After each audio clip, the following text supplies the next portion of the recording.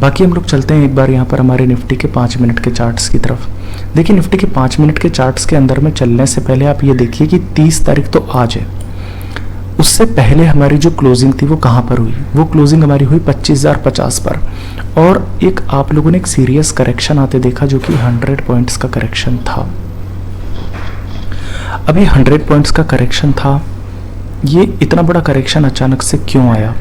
देखिए समझने की चीज़ है आपके लिए, क्योंकि देखिए कल हमारे जो है अगस्त सीरीज़ की जो एक्सपायरी थी वो ख़त्म हुई है और आज हम लोग सीरीज़ सितंबर के अंदर में एंटर, तो पूरी सीरीज़ हमारी जो ख़त्म हुई है उसके अंदर में बहुत सारे जो आपके पुट राइटर्स थे वो एक्चुअल में ट्रैप्ड थे, तो उन्होंने जो पोजीशंस काटी अपनी, तो तकरीबन 1000 पॉइंट के आसपास 100 पॉइंट्स के आपको लोगों ने जो सडनली गिरावट देखी। ये गिरावट आपकी अप्रॉक्सीमेटली 5-10 मिनट के अंदर अंदर में ही आपके बाजार के अंदर में आई है। हम लोग जब क्लोज कर रहे थे अप्रॉक्सीमेटली, तब हम लोग 25,150 पे ट्रेड कर रहे थे और सीधे हम लोग 5-10 मिनट के अंदर में 25,050 पर आकर के बंद हुए, यानी कि अप्रॉक्सीमेटली हम लोगों ने 100 पॉइंट्स का एक बड़ा करेक्शन देखा। उस वक्त भी हमारे अमेरिकन मार्केट के जो फ्यूचर्स थे, डॉ फ्यूचर्स, ही अच्छे ट्रेड कर रहे थे, बट हम लोगों ने फिर भी एक्सपायरी की वजह से 100 पॉइंट की गिरावट देखी।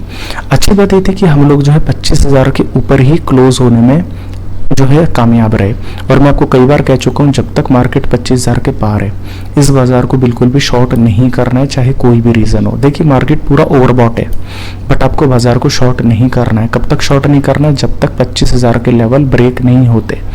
हालांकि देखिए कल 100 पॉइंट्स की गिरावट मार्केट में आ गई थी, बट आज फिर से जो मार्केट खुला वो आपका खुला है 25,230 पे, यानी कि 25,200 के भी ऊपर 200-250 पॉइंट आपका जो है बाजार यहाँ पर ऊपर में क्लोज हुआ है। हालांकि देखिए हम अभी भी कंसोलिडेशन के रेंज में ट्रेड कर रहे हैं, पर इम्पोर्टेंट बात यह है कि आप 25,000 के करीब जब क्लोज हुए तब भी हम लोग 200 पॉइंट ऊपर जा करके खुले। ये एक बड़ी बात है कि हम लोग 25,000 को ना तो हम लोग क्लोजिंग बेसिस पर ब्रेक कर रहे हैं और ना दिन के दौरान में ट्रेड कर रहे हैं, तो ब्रेक कर रहे हैं, तो 25,000 के ऊपर, बल्कि 25,200 के ऊपर हमारे बाजारों के अंदर में रहना हमारे लिए एक बहुत ज़्यादा पॉजिटिव पॉइंट यहाँ पर बनता है। अब मज़े की बात है कि जितने, अब मैं क्यों मार्केट को लेकर थोड़ा सा रिस्की फील कर रहा हूँ, वो ये रीज़न है कि एक तो रीज़न ये है कि देखिए बाजार के अंदर में तकरीबन 1000 पॉइंट की तेजी पूरे अगस्त के महीने के अंदर में आई है। 6 तारीख से लेकर के 30 तारीख तक तकरीबन आपने 1300 पॉइंट की तेजी देख रखी है, और इस तेजी के अंदर में आपके मार्केट पूरी तरीके से ओवरबॉट है। हालांकि एक्सपायरी के अंदर में कुछ पोजीशंस कम जरूर हुई है, बट अभी भी जो है पोजीशंस ओवरबॉट है, जिसका एक भी करेक्शन हम लोगों ने नहीं देखा है। और उसके बावजूद आपने एक चीज देखी कि 25,200 के पार आप जब क्लोज हुए तो 25,200 से लेकर 25,250 इस 50 पॉइंट की रेंज में आप फंसते हुए नजर आए। आप देख सकते हैं कंसोलिडेशन बिटवीन 25,200 टू 25,250। अब आप एक चीज देखिए कि सुबह 9:15 से लेकर के अभी तकरीबन 2:30 बज रहे हैं, यानी कि 5 घंटे हो चुके मार्केट को, और 5 घंटे के अंदर में आप इस 50 पॉइंट की रेंज से बाहर नहीं आए।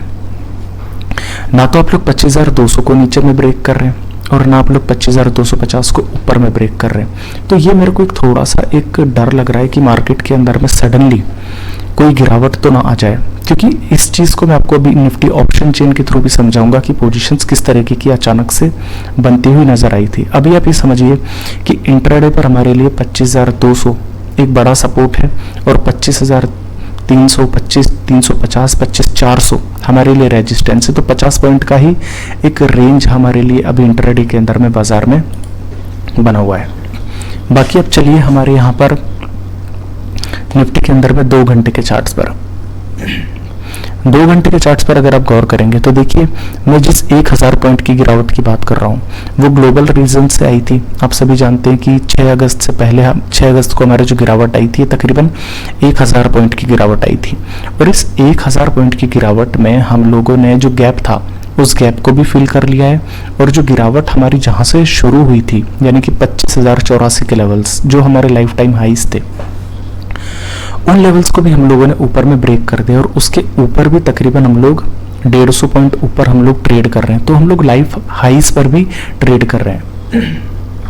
इंपॉर्टेंट बात यह है कि 6 अगस्त के बाद से आपने जब रिकवरी 24,000 के ऊपर देखी है तो तकरीबन 1300 पॉइंट की रिकवरी आपने मार्केट में होते हुए देखी है।